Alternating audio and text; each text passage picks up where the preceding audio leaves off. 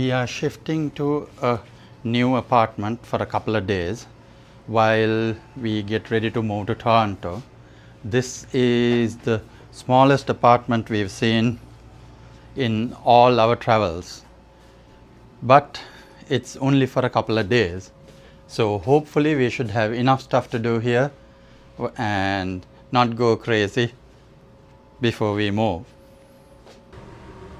It's a cool, misty day today in Winnipeg. We're at 3 degrees Celsius and look at all that fog.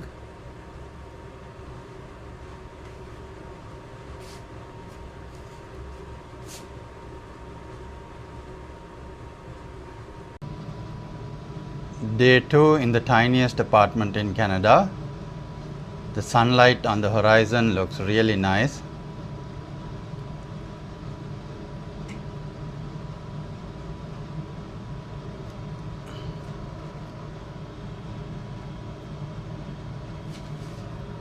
And it's a much clearer and bright day than yesterday. So we are getting ready to leave our tiny apartment in Winnipeg and go to Toronto. So one thing that we found really useful when moving are these vacuum pack bags. We have been using them each time we move. They are really handy because we got a pack which came with this hand pump. All you have to do is put your clothes or other stuff which needs to be packed really tight in, seal it, and use the hand pump. Or you could use the motorized version, which does the job easier without any strain on your hands.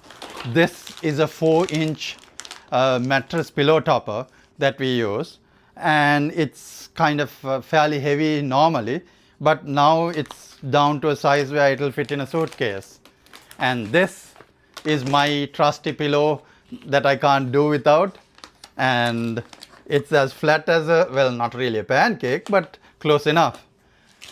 So something to keep in mind if it helps you when you're traveling.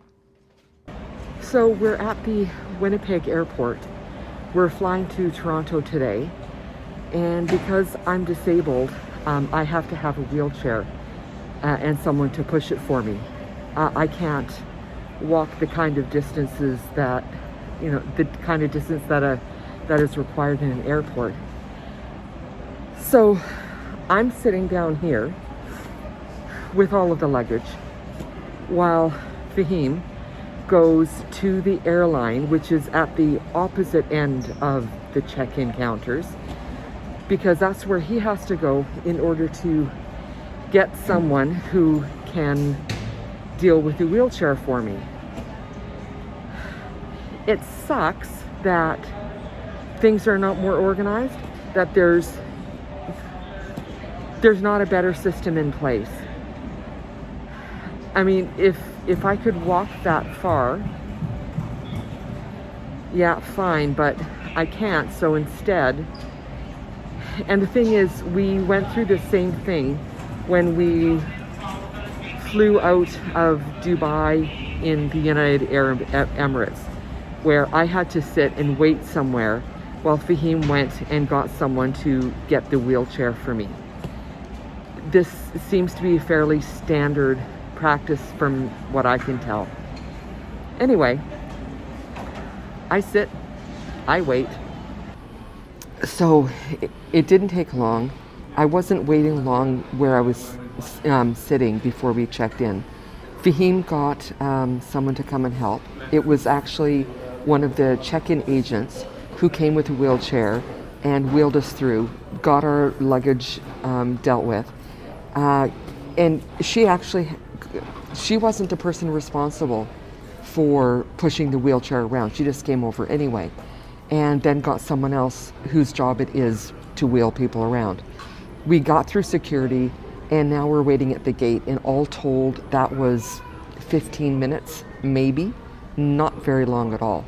So now we're waiting, and just as a public service announcement, if you need a wheelchair, if it would make your life easier in an airport, if you have mobility issues, use it. Really. Well, that's it. We are all done in Winnipeg, waiting to board the flight to Toronto. So see you in Toronto in the next video.